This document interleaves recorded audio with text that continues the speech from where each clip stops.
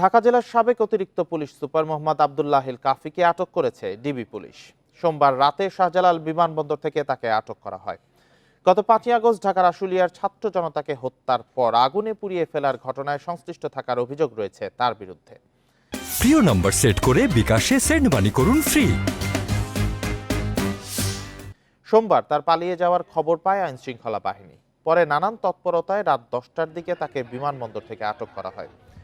এর আগে শুক্রবার 1 মিনিট 14 সেকেন্ডের একটি ভিডিও সামাজিক যোগাযোগ মাধ্যমে ছড়িয়ে পড়ে। তাতে দেখা যায় ছাত্র আন্দোলনে নিহতদের একটি ভ্যানের ওপর স্তূপ করে রাখছে পুলিশ।